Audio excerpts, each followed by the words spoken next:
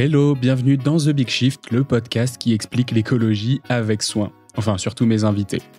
Comme toujours, si vous écoutez ce podcast pour la première fois, abonnez-vous, notez-nous et laissez un commentaire. Et surtout, n'hésitez pas à nous suivre et à nous parler sur les réseaux. C'est vrai que derrière le micro, c'est parfois difficile de savoir ce que vous en pensez. Et comme c'est avant tout pour vous qu'on produit ce contenu, ça nous fait toujours plaisir d'avoir vos messages. Alors n'hésitez pas, Instagram, LinkedIn... on répond et on prend beaucoup de vos recommandations d'invités, de vos remarques sur le podcast. Ça nous fait toujours plaisir.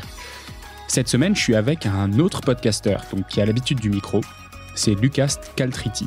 Il a créé le podcast Super Green Me. C'est un épisode où on parle de passer à l'action plutôt que de théorie ou de grands enjeux. On parle de nos expériences à chacun sur le chemin de faire mieux. C'est un peu le terme que j'ai retenu. J'ai trouvé Lucas très inspirant dans son témoignage et j'ai adoré le côté concret de ce format. Alors je vous souhaite une bonne écoute.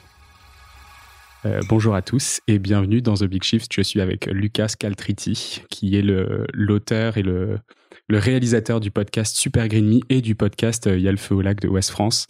Tu vas te présenter un peu plus en détail après. Je suis assez content parce qu'on a fait beaucoup d'épisodes un peu concept où on explique... Des grandes théories, des enjeux du réchauffement climatique. Et on n'a pas fait trop de retours d'expérience. Et du coup, aujourd'hui, ça va être un épisode un peu plus concret sur comment est-ce que tu as vécu ta transition brutale de cascadeur. C'est toi qui le dis, je crois, dans un de tes épisodes. T'es un cascadeur de l'écologie. Donc voilà, avant de commencer cet épisode, j'aimerais juste que tu m'expliques un petit peu comment tu te sens aujourd'hui. Et vous comprendrez pourquoi je dis aujourd'hui, parce que t'as beaucoup changé dans les derniers mois, mais comment est-ce que tu te sens vis-à-vis de la situation climatique maintenant ? Dure question. Ouais, je sais, ça commence difficilement. Comment je me sens pas particulièrement optimiste, à vrai dire. Pas forcément angoissé non plus. Je suis pas éco-anxieux. Mais voilà, je suis un peu entre les deux. Donc c'est quoi ce que tu définis comme l'éco-anxiété ? Parce qu'en fait, il y en a beaucoup qui vont me dire non, je suis pas trop éco-anxieux, mais finalement... en fait, ils le sont. En fait, ouais, c'est ça. Ouais. C'est, toutes leurs décisions quotidiennes sont basées sur ça et ça prend une charge mentale. Et pour moi, l'éco-anxiété, c'est aussi cette charge mentale, tu vois. Je suis pas loin de l'éco-anxiété. Voilà. Je suis pas loin de l'éco-anxiété. Non, en vrai, ça va. Et justement, faire ce podcast et faire l'expérience que j'ai fait m'a fait du bien. Ça m'a un petit peu rassuré. Et paradoxalement, ça m'a aussi un peu plus angoissé qu'avant. Bah ouais, plus on connaît. Ouais, c'est ça. Plus on connaît, plus on fouille, plus on a le nez dedans. Mais bon, ça va. Quand même, ça va. Ok, alors, maintenant qu'on a dit un peu ce truc-là... les gens n'ont pas compris quand on parle de podcast. A priori, il va falloir qu'on s'explique. Ouais. T'as lancé en 2020 un podcast qui s'appelle Y'a le feu au lac, que t'avais, qui était produit par Ouest France, du coup. Tout à fait. Dans lequel t'as fait une enquête alors que t'étais pas du tout écolo. C'est ça. En fait, je suis pas du tout écolo, sauf que j'ai une idée pendant le confinement. Tu dis encore je suis pas du tout écolo. Tu dis pas j'étais. Ouais, j'ai du mal avec ça. Ouais, j'ai du mal. Parce que c'est peut-être le terme. Ouais, c'est connoté sur plein d'autres choses. Enfin, on en reparlera peut-être un peu après, mais j'ai un peu de mal avec ce terme, effectivement. Parce qu'on l'a trop dévoyé, je pense, pendant trop longtemps pour que je me le réapproprie si facilement. Mais je n'étais pas écolo. Et je me faisais chier pendant le confinement. Et je me suis rappelé un truc très lointain au lycée qu'un prof m'avait dit en rapport avec le changement climatique. Et il n'était pas du tout climato-sceptique. Et... du coup, je me suis un peu égaré dans mes pensées, ce qu'on faisait tous pendant le confinement, et je me suis dit, est-ce qu'il y a des idées reçues qu'on a sur le climat, sur la planète, sur l'environnement, etc. J'ai commencé à fouiller un peu, je me suis dit, bah oui, attends, tiens, est-ce que les voitures électriques, elles sont vertes ? Est-ce que quand on nous dit de vider notre boîte mail, c'est vraiment si efficace que de ça, etc. Et je me suis dit que ça ferait un bon podcast et que j'avais du temps devant moi, donc du coup je me suis lancé, j'ai essayé de creuser, de débunker un peu ces potentielles idées reçues qu'on pouvait avoir, et j'en ai fait donc un podcast pour Ouest France qui s'appelle Y'a le feu au lac. J'ai dû faire une 20aine d'épisodes, si je dis pas de bêtises. J'avoue, je sais plus. J'en ai écouté un certain nombre. Je sais plus. Et voilà. Donc c'est comme ça que tout a commencé. C'est comme ça que je suis arrivé en fait sur ces thématiques d'environnement, de climat, d'écologie. c'est par juste un lointain souvenir pendant le confinement. C'est marrant, il y en a beaucoup de mes invités qui me disent qu'ils ont pris une claque. Alors la plupart du temps, au cours d'un voyage où ils se sont dit merde, mais qu'est-ce qu'on fout? Toi, c'est en fait moi pas du tout. Rien du tout. Ouais, c'est vraiment. Mais moi j'ai pas pris de claque. T'as même créé ta propre enquête pour te la mettre ta claque en fait. Je me suis foutu une baffe dans la gueule tout seul. Mais en fait, ce qui est marrant, c'est que c'était même pas une claque, c'était même pas violent. Ça s'est fait petit à petit. Parce qu'en fait, pour le coup, j'y connaissais, mais j'étais certes pas écolo, mais j'y connaissais rien. Mais rien du tout. Moi, j'étais un journaliste. J'étais la caricature du journaliste. Je bossais à l'époque chez RMC.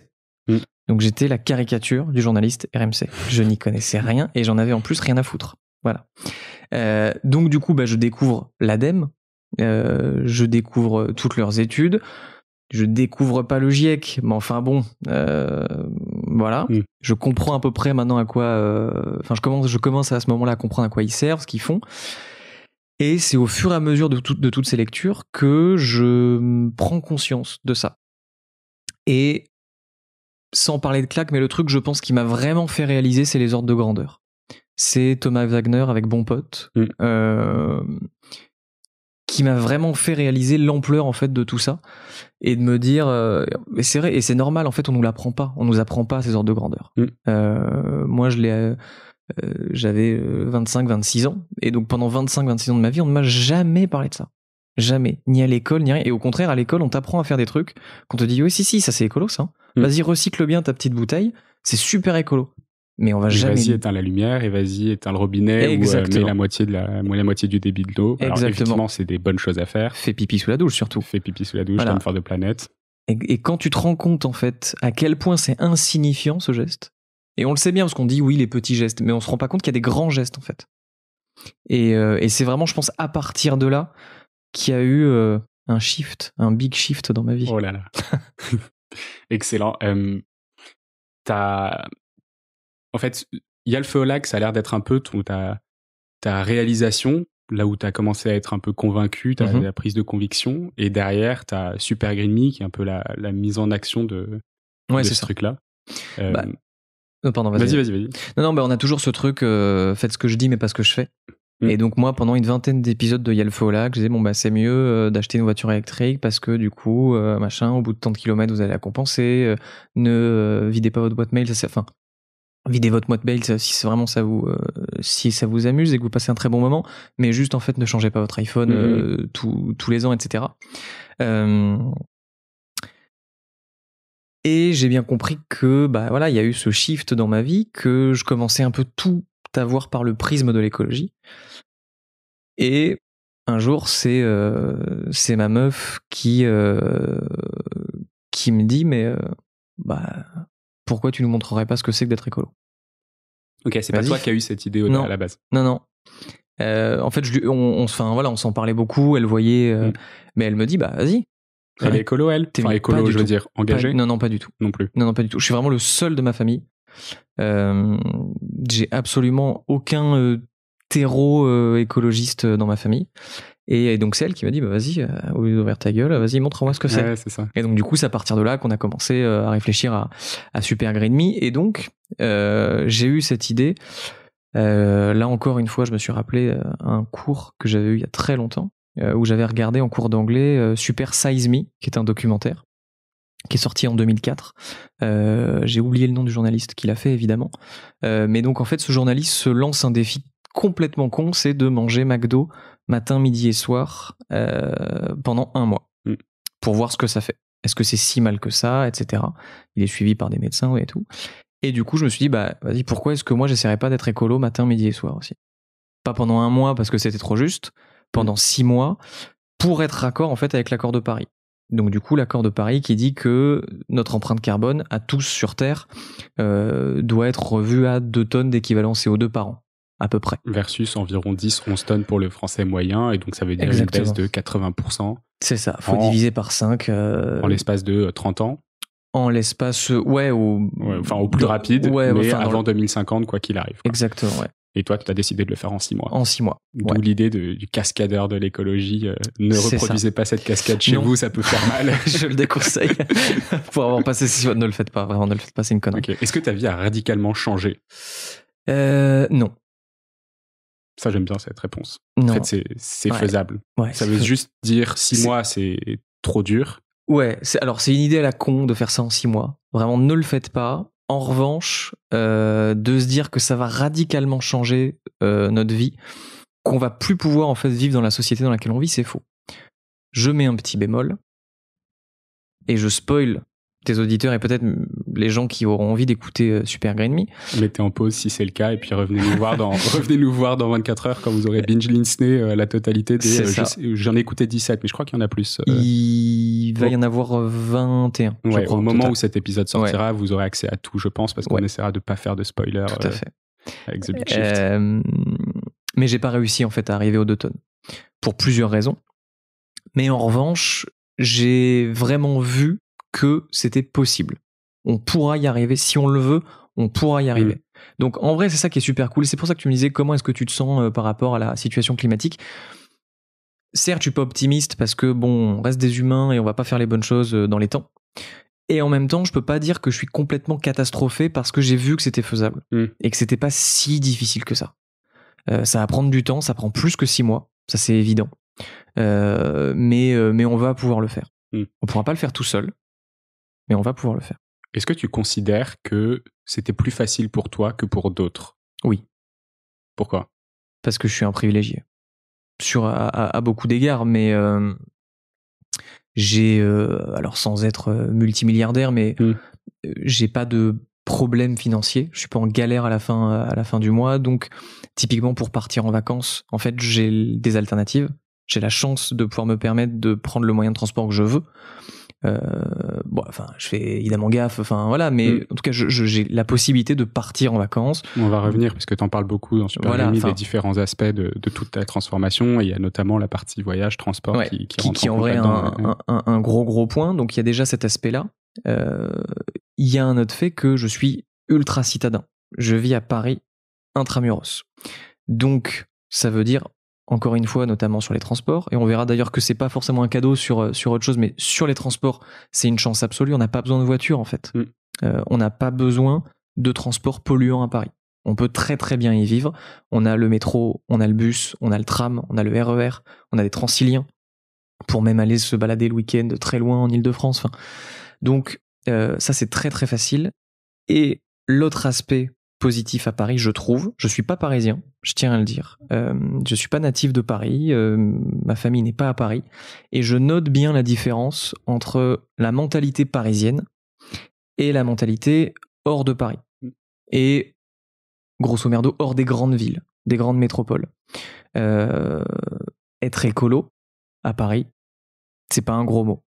C'est accepté. C'est accepté. C'est marrant, on en parlait dans l'épisode précédent. Et c'est même très facile en fait. Personne ne me dit écolo machin, faire le parallèle avec les politiques ou de blagues un peu lourdes. T'as quelques petites vannes un peu parce que moi aussi je l'ai cherché, j'ai fait un gros défi machin un peu à la con, mais c'est super bien accepté. Et j'ai été vraiment supporté par tout le monde, même mes parents qui sont pas parisiens, mais ça c'est un peu différent, il y a le rapport filial, mais vraiment à Paris, ça se dit même pas en fait. Il y a pas de, c'est pas un sujet. Tu bouffes pas de viande, oui, bon bah ok, tu bouffes pas de viande, c'est normal. Et ça c'est quand même très très facile. Donc c'est pour ça à mon sens que je pense que j'étais privilégié et je pense que cette transition elle est plus simple pour moi que potentiellement pour quelqu'un d'autre. Par quoi t'as commencé? Le premier, en fait, tu t'es dit, ok, ça y est, je dois me mettre en action, je dois lancer ce podcast, je dois faire ce truc. C'était quoi le premier pas? Calculer mon empreinte carbone. Donc t'as fait la version rationnelle du truc. Ouais, moi je suis très comme ça. Les chiffres, les machins, il faut que ce soit carré. J'aime bien faire les choses carrées, je suis très minutieux. Et je voulais pas me lancer à l'aveuglette, enfin justement, et en plus, déjà rien que mon défi, il est quand même très carré. Parce que j'aurais pu me dire, 6 mois pour être écolo. Et ça veut dire quoi? Pour moi, ça veut rien dire. Il y a rien derrière ce terme. Non, je me suis lancé le défi de mettre 6 mois à réduire le plus possible mon empreinte carbone et d'essayer d'aller choper les 2 tonnes que stipule l'accord de Paris. Donc, logiquement, la toute première étape, et je le conseille vraiment à tout le monde, c'est calculer son empreinte carbone. Savoir qu'est-ce qui pollue chez soi. Même sans avoir envie de descendre 2 tonnes. Non, hyper important pour comprendre tous vos gros impacts, parce qu'on parlait des ordres de grandeur tout à l'heure. Et en fait, j'entends très souvent je trie mes déchets, j'utilise une gourde, ce qui est très bien fondamentalement, mais n'arrêtez pas de le faire. Voilà, mais ce sont des tout petits gestes qui, dans l'océan des choses à faire, devraient passer peut-être en 8e, 10e position, peut-être avant d'autres choses. Mais du coup, alors quelles sont les autres choses?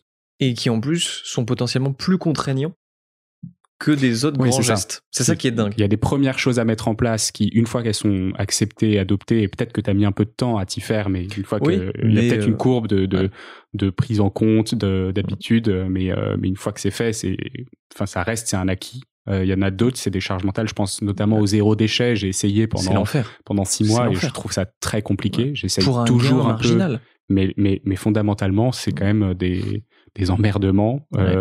Et encore en plus, on vit à Paris. Et alors je dis pas qu'il faut pas le faire, et d'ailleurs j'essaye toujours de le faire, mais il faut pas que ce soit la première chose à faire au moment où on se décide à entamer une transition, je pense. Surtout qu'en plus c'est extrêmement dommage, parce qu'effectivement c'est beaucoup plus contraignant pour, en soi je trouve, peu de gains, alors qu'il y a des choses moins contraignantes qui apportent beaucoup plus de gains. Et donc moi, la première chose que j'ai faite après avoir calculé mon empreinte carbone, c'est arrêter de réduire drastiquement la viande. J'adore la viande. Je suis un immense viandard. Et du coup, quand j'ai calculé mon empreinte carbone, j'ai vu à quel point le pôle alimentation, ma nourriture, polluait. Et alors ça, je me rendais absolument pas compte. Je dis ça de mémoire, mais il me semble que c'est ça. Je crois que rien que mon alimentation pesait 2,5 tonnes d'équivalent CO2 par an. Donc rien que ma bouffe, c'était plus que l'objectif de l'accord de Paris. Et c'était 25% de ton impact total, ou j'avais 7,5 tonnes, donc, un peu plus encore. Un peu plus, ouais.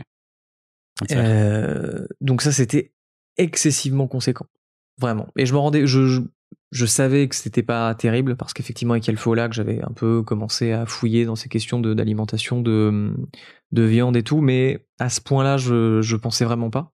Donc le premier truc que j'ai fait, qui s'imposait en fait, c'était ça. C'était de changer ma façon de m'alimenter. Et en fait, c'est marrant parce que j'ai pas voulu arrêter la viande. Je me suis dit, tu te laisses une carte par mois, histoire de pas vriller, parce que vu que j'adore la viande, que je suis un putain de viandard, je me suis dit, tu vas nous péter une dépression dans 4 jours, tu vas rêver de côte de bœuf, tu vas te commander un rôti en pleine nuit, enfin ça va pas aller. Donc laisse-toi une carte par mois.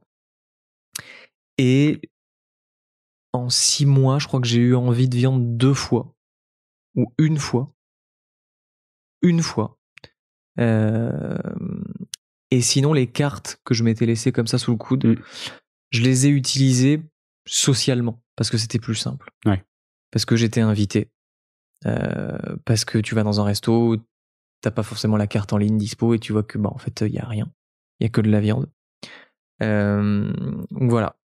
J'ai eu quand même besoin de ces petites cartes sortir de prison, sortir du végétarisme, mais voilà, et j'ai super bien tenu. Moi qui adore ça m'a posé franchement aucun problème. Ce que j'adore dans Super Green Me, c'est que justement t'en parles parce que t'as commencé ça. Alors là, l'épisode il sortait un peu plus tard dans l'année, mais t'as commencé juste à la période de Noël l'année dernière, où c'est full foie gras, rôti, tous ces trucs là.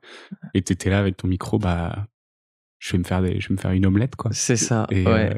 Et du coup, il y a effectivement ce truc d'acceptation sociale qui est hyper compliqué. Comment tu l'as vécu? Parce que du coup, t'en parles pas mal avec ta famille, t'en parles moins avec tes amis. Ouais. Est-ce qu'il y a un truc? Alors tu dis à Paris c'est facile, mais je sais pas, t'as peut-être des amis de un peu plus loin en enfance que tu revois, ou pour qui c'est pas le cas, qui ont plus de mal à comprendre. Est-ce que ça s'accepte en famille? Est-ce que du coup ça a été est-ce que ça a été un choc pour parce que moi j'ai en tête le premier épisode, la toute première scène de ton podcast, c'est un appel avec ta mère qui m'a dit qu'il n'était pas du tout planifié et qu'elle avait pas du tout entendu, et c'est un exemple qui est retentissant, je trouve, qui est génial.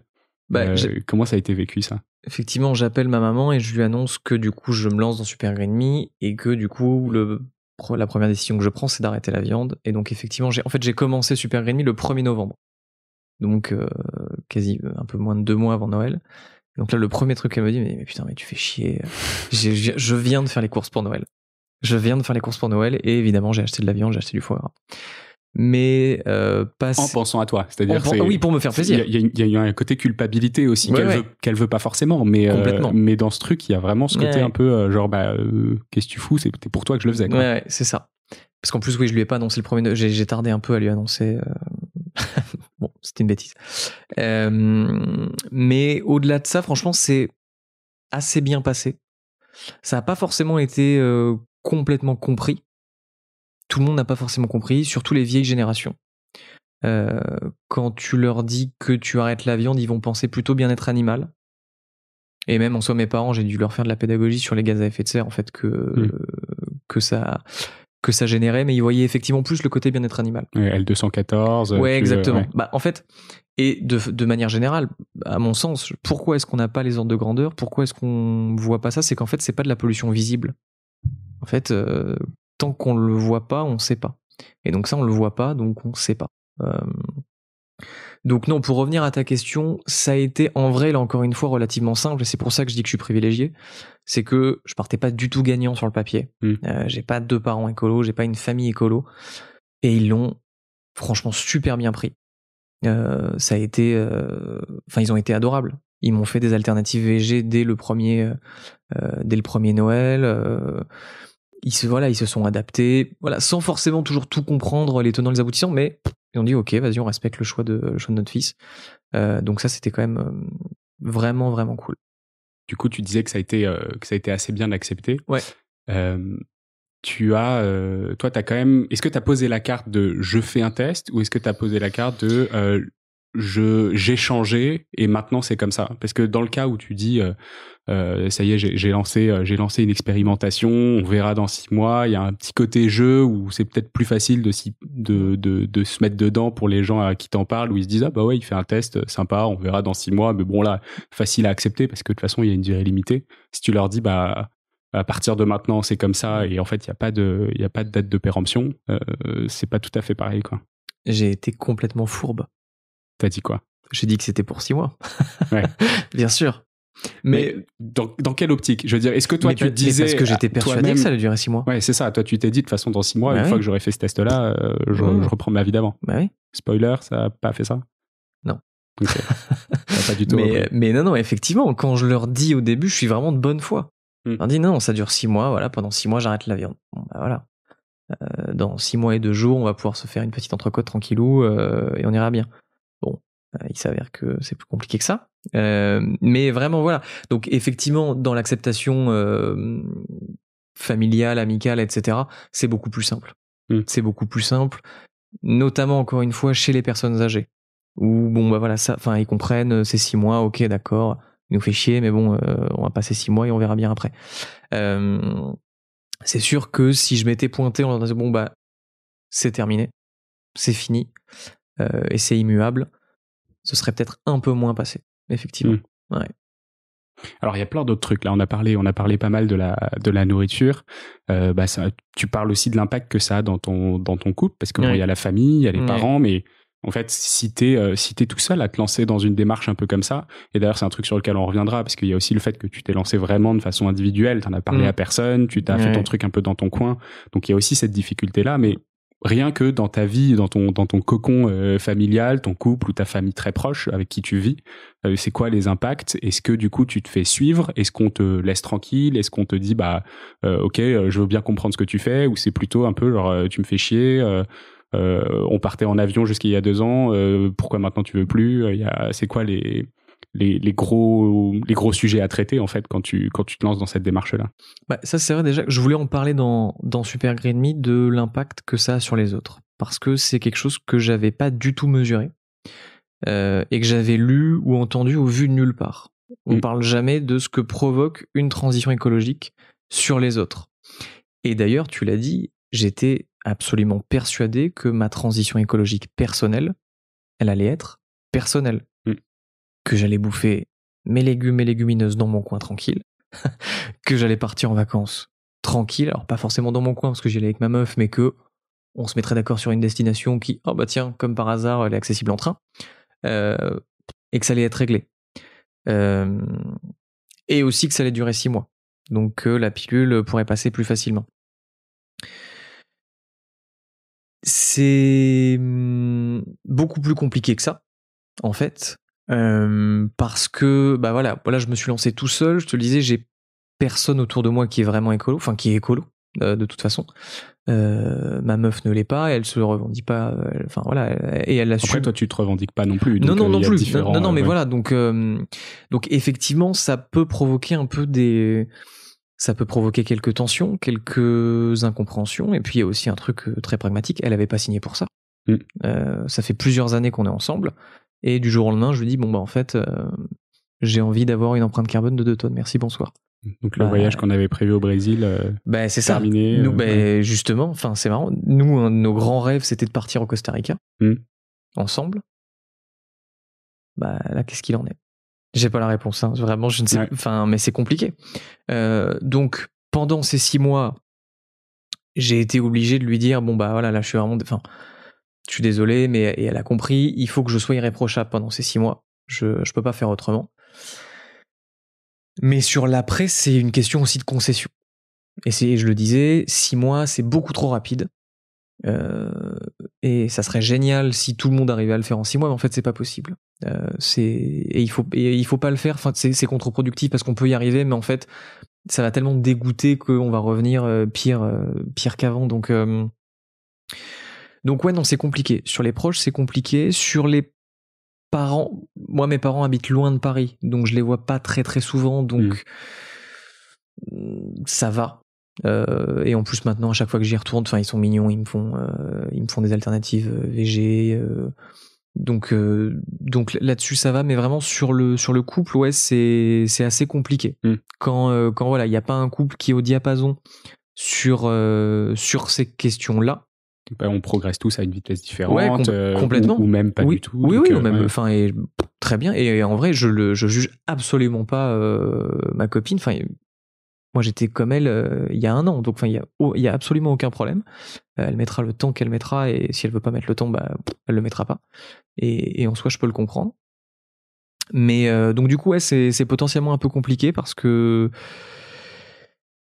voilà, notre vie, en fait, elle est faite de relations, elle est faite de moments partagés avec les autres, donc c'est compliqué d'être écolo tout seul dans son coin. Ouais. J'aime bien cette idée de compromis dont tu parlais, peut-être concession, c'est un peu plus négatif, mais ce truc de compromis, bah voilà, moi j'ai des amis qui m'ont proposé d'aller passer 4 jours à Marrakech pour aller voir l'un d'eux. Ça me fait mal, mais j'ai dit non, et j'avoue que, quitte à ce qu'on soit 5 à se déplacer à Marrakech, autant que ce soit la personne qui habite à Marrakech qui vienne nous voir en France, même si c'est des lieux qu'on connaît. En revanche, quand on va voir la famille de ma copine en Roumanie, je trouve ça compliqué de dire non, on n'y va pas, ou on fait l'aller-retour en train. Alors cette année, le compromis du coup, c'est qu'on a fait l'aller en avion, on a fait le retour en train. C'était un super voyage. On a passé un super bon moment par Budapest et par Salzbourg, et en vrai, ça fait aussi partie de ce voyage-là. Et je trouve que le fait de se dire, c'est un compromis qu'on a fait, et c'est le seul avion que j'aurais pris cette année, et peut-être que l'année prochaine j'en prendrai pas, ou peut-être qu'on fera l'aller-retour en avion, je sais pas. Mais l'idée, c'est plutôt de se dire, on peut pas toujours être dans la perfection de ce qu'on voudrait être. Et être écologiste, ça veut pas dire être parfait, ça veut dire, pour moi, à chaque fois qu'il y a une action importante comme ça, peser ce truc et se dire ok, qu'est-ce que je mets dans la balance, je le fais, ou qu'est-ce que je mets dans la balance, je le fais pas. Et c'est ça qui est important, et pas juste de dire je le fais pas, parce que c'est là où il y a un petit côté aigri, ou un petit côté revanchard, où moi je me suis senti longtemps énervé par des gens qui le faisaient alors que je le faisais pas. Et le fait de de faire ses compromis, de faire ses concessions. Je trouve qu'on avance beaucoup plus en fait dans une direction qui nous rend plus heureux, je trouve. Je suis à 300% d'accord avec toi. Je pense qu'en fait, il faut pas être dogmatique. Il faut pas se dire non, j'arrête tout, stop, c'est fini. Il y a des choses dont on peut se passer facilement. Un aller-retour à Dubaï, sauf preuve du contraire, on peut s'en passer. Un aller-retour en Roumanie pour aller voir des proches, c'est déjà plus compliqué. Il faut aussi mettre ça dans la balance. Et j'ai publié 2 épisodes dans Super Green Me sur une marche pour le climat à laquelle j'ai participé. Et j'ai demandé aux gens une question très très conne. Est-ce que vous êtes écolo ? Là, tu te dis, une marche pour le climat, c'est quand même la question la plus débile qu'on puisse poser parce qu'ils sont tous écolos, forcément. Il n'y en a pas un qui m'a dit oui. C'est vrai, pas un. Personne. Il m'a dit ouais, non, mais parce que je suis pas parfait, c'est compliqué, je pourrais faire mieux. Et c'était dingue. C'est pour ça que t'aimes pas le terme ou autre raison ? Non, c'est d'autres raisons parce que y a beaucoup de clichés, il y a un truc aussi très politique, c'est qu'en fait on a appelé les politiques les écolos et trop de trucs derrière ce terme qui trop de connotations. Ouais, trop connoté. Comment tu t'appellerais du coup ? Un mec qui essaye de faire mieux. Ouais. Du coup c'est compliqué, c'est moins vendeur, je suis nul en marketing, mais non, ouais, un climato acceptant, je sais pas, mais donc ouais, il faut arrêter à mon avis. Ça c'est 100%, c'est mon opinion et je pense ça, c'est très subjectif, mais je pense qu'il faut arrêter de se dire qu'il faut être absolument parfait. Il y a des choses sur lesquelles en fait on n'a pas le choix parce que l'action individuelle elle a ses limites aussi. Quand t'as de la famille à l'étranger, tu vas pas te dire en fait j'arrête de les voir, c'est fini. Non, c'est pas acceptable. Enfin, à mon sens, c'est complètement con. D'aller dire à une personne, ah putain, mais attends, comme tu pollues, t'as vu, tu prends la voiture pour aller bosser tous les jours. Si c'est une personne qui habite en dehors d'une grande ville, qui doit faire 40 km pour aller bosser, et alors qu'il n'y a aucun réseau de transport en commun, tu peux pas dire à cette personne, arrête de prendre la voiture. C'est pas possible. Donc je pense qu'il faut aussi arrêter de culpabiliser les gens sur des points sur lesquels en fait ils ont pas vraiment la main, quoi. Et c'est à l'État là pour le coup de faire sa part, de nous aider à faire mieux. Et le jour où il y a une alternative, ok, d'accord, très bien. Là on pourra éventuellement dire à cette personne, ouais, là en fait tu déconnes un peu et oui, là tu peux arrêter. Mais voilà, il y a eu une polémique sur François Gémen qui est un des auteurs du GIEC. Il y a eu une polémique sur Twitter il s'est fait en gros je sais pas très réseau et tout, mais bon, il s'est fait un peu emmerder et engueuler parce qu'il prenait l'avion. Il a fait un Paris-Nice en avion, je crois, pour l'anniversaire de son fils, il me semble, un truc comme ça, et il s'est fait lyncher. Mais parce qu'il a fait un Paris-Nice en avion, alors que voilà, il coécrit les rapports du GIEC, etc. Mais ça va, on peut buver un verre d'eau, respirer un grand coup, ça va bien se passer. C'est pas lui qui cause le réchauffement climatique. Enfin, Paris-Nice, et je le sais, mes parents viennent de la Côte d'Azur et je suis natif de la Côte d'Azur. Pour aller en train, c'est très long. Ouais, c'est 5h50. Ouais, voilà. Je l'ai fait récemment. Ouais. c'est très long et effectivement, il y a certaines situations qui imposent le fait d'aller plus vite. Voilà, c'est bien, c'est pas bien, machin, mais voilà, on peut se détendre. On a le droit aussi à faire un pas de côté de temps en temps. Parce que je mets ma main à couper que cette personne, ce chercheur, ce scientifique, voilà, ne fait pas n'importe quoi. Il achète pas des vêtements à tour de bras qu'il jette tout le temps. Il a pas 14 iPhones qui changent tous les ans. Il part pas en vacances extrêmement loin. Voilà, là, il a fait une fois ce truc. Donc, moi, cette question de pureté militante, elle me met un petit peu mal à l'aise quand il y a des raisons impérieuses derrière. Quand effectivement tu vois des influenceurs ou des influenceuses qui vont ramasser des déchets sur une plage en jogging, ils font du plogging en te disant ouais, je suis super écolo et tout machin, mais qu'en fait cette plage elle est au Mexique. Oui, bon, en fait là non, tu vas pas nous casser les couilles, tu vas aller dans les Calanques à Marseille, tu vas faire pareil, tu seras allé en train et très bien. T'as le choix, enfin voilà, tu peux faire un truc, là tu peux réduire. Mais Je sais pas, moi je me pose quand même beaucoup de questions sur cette histoire d'exemplarité. Tu vois, typiquement ce co-auteur du GIEC, bon, je sais pas du tout s'il aurait pu prendre le train ou pas, mais son impact médiatique sur ce sujet en particulier est bien supérieur à celui de quelqu'un d'autre. Et donc il y a quand même un truc derrière où ouais, c'est peut-être, ça fait aussi peut-être partie de leur taf de vraiment faire attention à ça dans la partie publique. Après, je comprends évidemment, c'est pas possible tout le temps. Mais je trouve ça compliqué pour des gens de comprendre justement tout l'enjeu quand en fait les gens qui t'en parlent ne le font pas derrière. Je suis d'accord avec toi, mais tu vois, si j'apprends que Valérie Masson-Delmotte est partie à Bali en vacances, ouais, là ça va me faire mal. Ouais. Valérie Masson-Delmotte, qui est une paléoclimatologue aussi, qui est notamment chargée de former le Conseil des ministres sur les enjeux climatiques dans les prochaines semaines. Et qui est une personne absolument incroyable. Enfin, c'est une femme incroyable. Elle est dingue. Vraiment, elle est incroyable. Si elle, on me dit, elle est partie en vacances très loin, ouais, là, ok. Là, par contre, ouais, là, je serais un petit peu vénère. Et je serais saoulé. Par contre, que, voilà, quelqu'un me dise que, là, il avait pas le choix, il a fait ça. Et il faut voir les ordres de grandeur aussi. Un Paris-Nice, en termes de CO2, c'est pas non plus 14 tonnes. Il faut il faut replacer ça dans son contexte. Donc, effectivement, je suis d'accord, il y a une certaine exemplarité à avoir, mais il faut pas oublier aussi que, il y a des fois où on n'a pas le choix et où on n'a pas d'alternative ou d'opportunité. Bon, on a couvert un peu avion, bouffe, etc. Le troisième point, et là, j'étais un peu surpris, j'avoue, quand t'as lancé ça dans Super Green Me, tu t'es dit, ok, je vais aller chercher d'autres appartes. Ouais. Parce que je vis dans une passoire énergétique et je trouvais que c'était un move un peu osé, quoi. Surtout quand tu disais ta copine n'est pas écolo, tu lui mets ça, que l'appart est génial, ouais, vous le dites bien, et du coup tu te dis ouais, effectivement ça c'est grosse action. Est-ce que l'impact en vaut la chandelle en fonction, j'imagine en fonction du type d'appartement, mais c'était quoi du coup son impact sur ton bilan carbone, et est-ce que d'ailleurs t'as fini par le faire, pas le faire?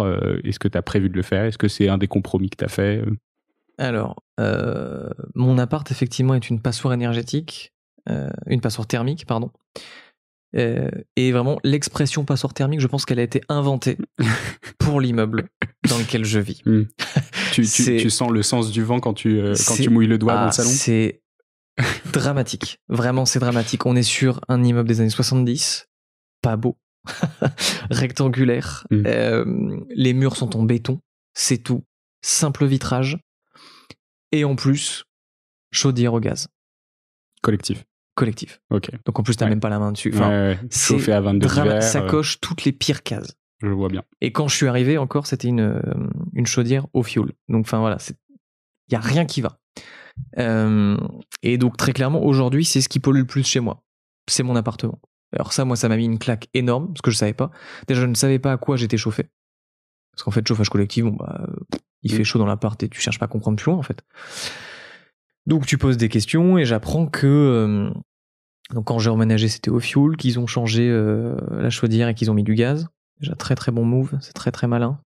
Du coup, elle va durer 20 ans, donc sur les 20 prochaines années, on va cramer du gaz au sous-sol. C'est génial. Et donc, ouais, je me suis dit, pour réduire mon empreinte carbone, il faut que je change d'appart. Alors que cet appart est absolument génial.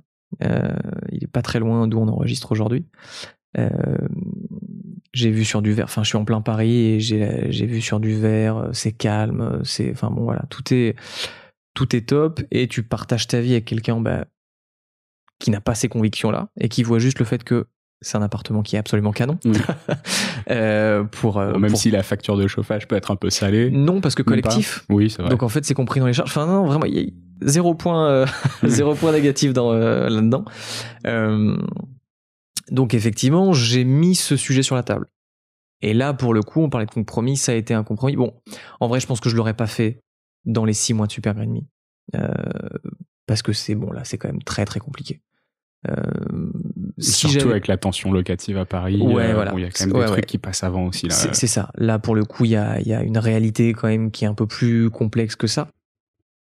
Mais j'ai mis ce sujet sur la table, compromis avec ma copine, on s'est dit mais ok voilà, quand on va changer, on fera attention au DPE, etc. On regardera, on sera plus attentif à ça. Et j'ai eu un message qui m'a fait sourire, mais qui est très très juste sur Instagram. Il y a quelqu'un qui m'a écrit et qui m'a dit ouais mais ça va réduire votre empreinte carbone à vous de changer d'appart. Très bien. Mais ceux qui vous remplacent. Bah ouais. Mais en fait le problème c'est pas vous, c'est l'appartement. Et c'est très juste.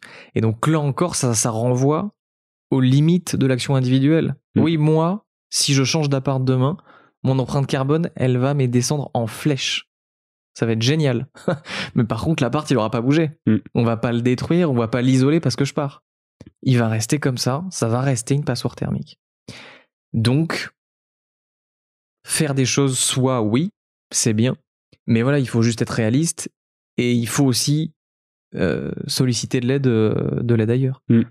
Vous êtes propriétaire ou locataire ? Non, locataire. J'étais locataire dans un appart précédent avant qu'on aménage ici. Tu ne peux rien faire.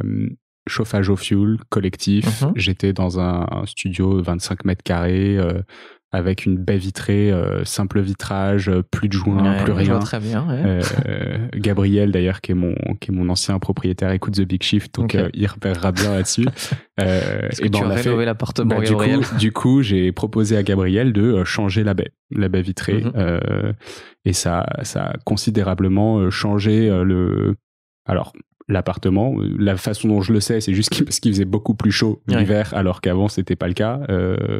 C'est un immeuble qui est chauffé à 23, 24 degrés parce que c'est essentiellement des retraités qui vivent là depuis 40 ans et qui sont très bien à l'endroit où ils sont.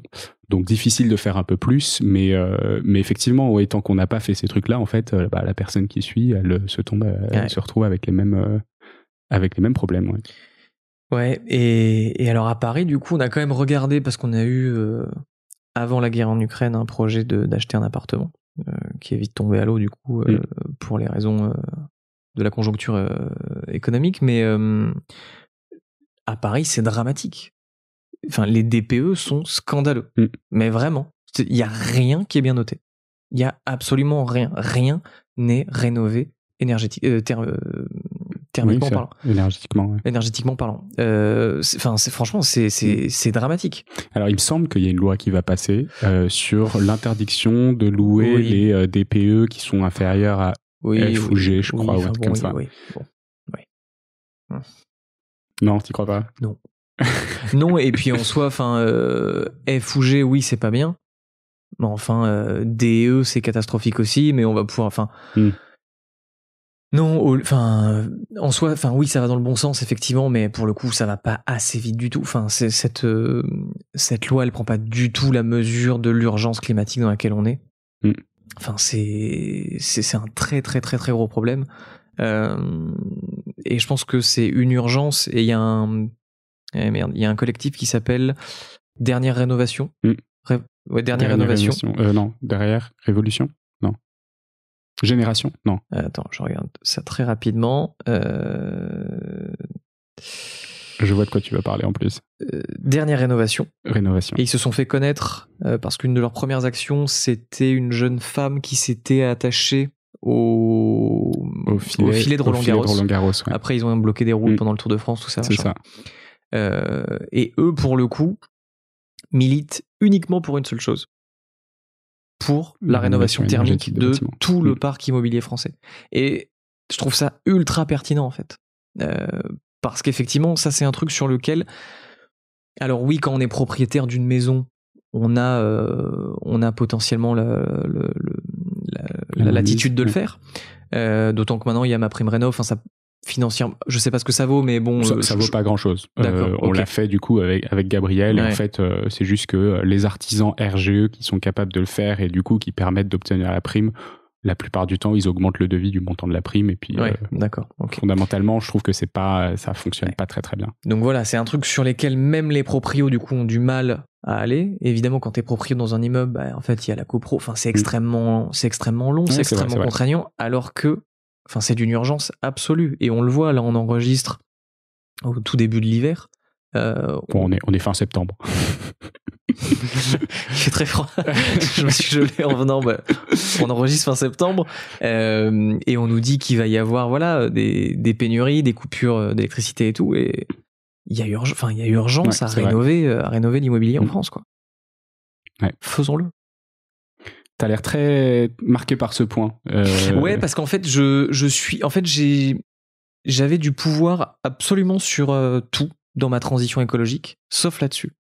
J'ai réussi à toucher l'alimentation, j'ai réussi à toucher les transports, mais pas l'immobilier. Et c'est un truc qui touche absolument tout le monde. Et quand j'ai vu en plus, parce que moi j'étais dans ma petite passoire thermique, je me rendais pas compte de ce qu'il y avait ailleurs, mais vu qu'on a regardé un peu l'état à Paris de l'immobilier et qu'on a vu que c'était aussi catastrophique, ça m'énerve un peu, ouais. Il y a un truc qu'on a évoqué un peu en filigrane, mais qu'on n'a pas explicité, c'est que tu as commencé donc ce truc tout seul. Tu penses que tu vas pas réussir à continuer comme tu l'as fait pendant 6 mois. Il y a un des épisodes, un des derniers que j'ai écouté, où tu vas à la recyclerie. Ouais. Et c'est un des moments avec la manifestation, donc avec la marche pour le climat, c'est un des seuls moments où tu te confrontes, où tu rencontres d'autres gens qui sont un peu dans ce système-là et dans cet essai de faire autre chose et de faire mieux, qui sont aussi des climato-acceptants. Est-ce que du coup, tu t'as prévu d'essayer de t'intégrer dans des actions collectives qui peuvent t'aider à avancer un peu plus facilement, puisque tu dis effectivement l'action individuelle, tu peux faire que ce que tu peux faire et ça amène à peut-être 25%, 30% d'amélioration de ton impact environnemental, enfin CO2 plutôt. C'est quoi les actions collectives que tu as décidé de mettre en place si t'en as? Déjà, il y a un truc super important que je tiens à dire, c'est que pour un ancien pollueur comme moi, un mec qui s'en foutait de l'écologie, de participer déjà à une marche pour le climat, c'est un concept. Enfin, vraiment, je n'aurais jamais parié le moindre centime d'euro que j'allais aller... J'y serais pas allé seul, moi, donc chapeau là-dessus. En vrai, moi, j'y suis pas allé seul, j'y suis allé avec mon micro. C'est différent. Sans le micro, j'y serais pas allé, pour être très honnête. Mais ça a été une excellente décision. Parce que j'ai rencontré justement des gens, ça m'a fait un bien, mais fou. Vraiment. Et je suis quand même quelqu'un d'assez cynique dans la vraie vie. Et franchement, ça m'a fait un bien, mais dingue. De voir en fait d'autres gens qui pensaient comme moi et qui et on se soutient et tu ressors absolument boosté. En plus, t'as un moment un petit peu dark dans ma transition écologique. Il faisait froid, c'était pas terrible. Mais c'est marrant, quand on suit le documentaire, il y a vraiment un peu des vagues en fonction des épisodes. Et là, j'étais dans le creux de la vague. Tout va bien, et ensuite c'est mais pourquoi je m'inflige ça? Et puis après c'est c'est super, et puis après c'est putain, je me fais chier, où est la viande? Non mais effectivement, intéressant. Et donc du coup, ça m'a vraiment donné envie d'effectivement de mettre du collectif dans cette transition écologique. Et donc là, je spoil un petit peu mes auditeurs. On sait jamais, peut-être qu'il y aura une saison 2. Et si jamais il y a une saison 2, je pense que ça tournera autour de ça. Mais c'est pas grave. Ouais, je vais faire des choses en plus. Je vais mettre du collectif là-dedans. Et je vais notamment... j'ai adhéré à la Fresque du Climat, qui est une association pédagogique pour justement former au réchauffement climatique. Et là, vous pouvez faire pause et aller écouter l'épisode avec Cédric Ringenbach si vous ne l'avez pas encore fait. Tout à fait. Tout à fait. Qui est le fondateur de la Fresque du Climat. Qui est le fondateur de la Fresque. Et j'invite aussi, une fois que vous avez écouté cet épisode, de participer à une fresque du climat. Parce que, pour le coup, même moi, j'ai quand même pas mal creusé maintenant depuis 2-3 ans toutes les causes, toutes les conséquences. Enfin, j'ai quand même une relativement bonne vision parce que j'ai le nez dedans quasiment tous les jours depuis des mois et des mois, et j'ai appris des choses. Et là encore une fois, ça m'a fait beaucoup de bien rencontrer d'autres gens, de voir les questionnements, de voir les avancées, ce qu'ils connaissent pas aussi, en fait, ce que tout le monde ne connaît pas, les points sur lesquels on se trompe, c'est super, c'est vraiment super. Et donc du coup, je vais m'engager au sein de la fresque, et parce que en tant que journaliste, et je pense que ça s'entend dans Super Green Me, j'aime partager ça en fait. J'aime faire de la pédagogie, j'aime apprendre des choses aux gens sur en plus ces enjeux-là. Donc du coup, participer à la fresque et animer des fresques aussi, je trouve que ça me correspond bien. Ok. Tu disais tout à l'heure là, t'y y allais avec ton micro, t'y es pas allé tout seul. Ouais. Si on extrapole ça à tout ton,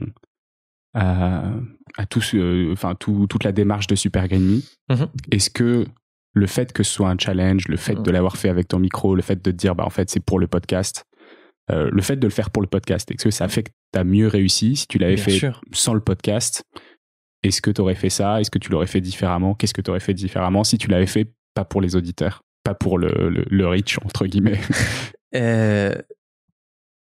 Déjà, j'aurais mis beaucoup plus de temps à me dire ok, vas-y, je vais entamer un truc. Et peut-être même que je l'aurais pas fait. Enfin si, d'ici 10 ans, je pense que je l'aurais fait. Quand j'aurais eu une canicule en mars, j'aurais tilté. Mais je l'aurais déclenché beaucoup plus tard. Potentiellement, je l'aurais pas tenu. Parce qu'en fait, tu lances et qui va me juger si tu le fais dans ton coin? Enfin, d'autant qu'en plus, voilà, là, je suis tout seul.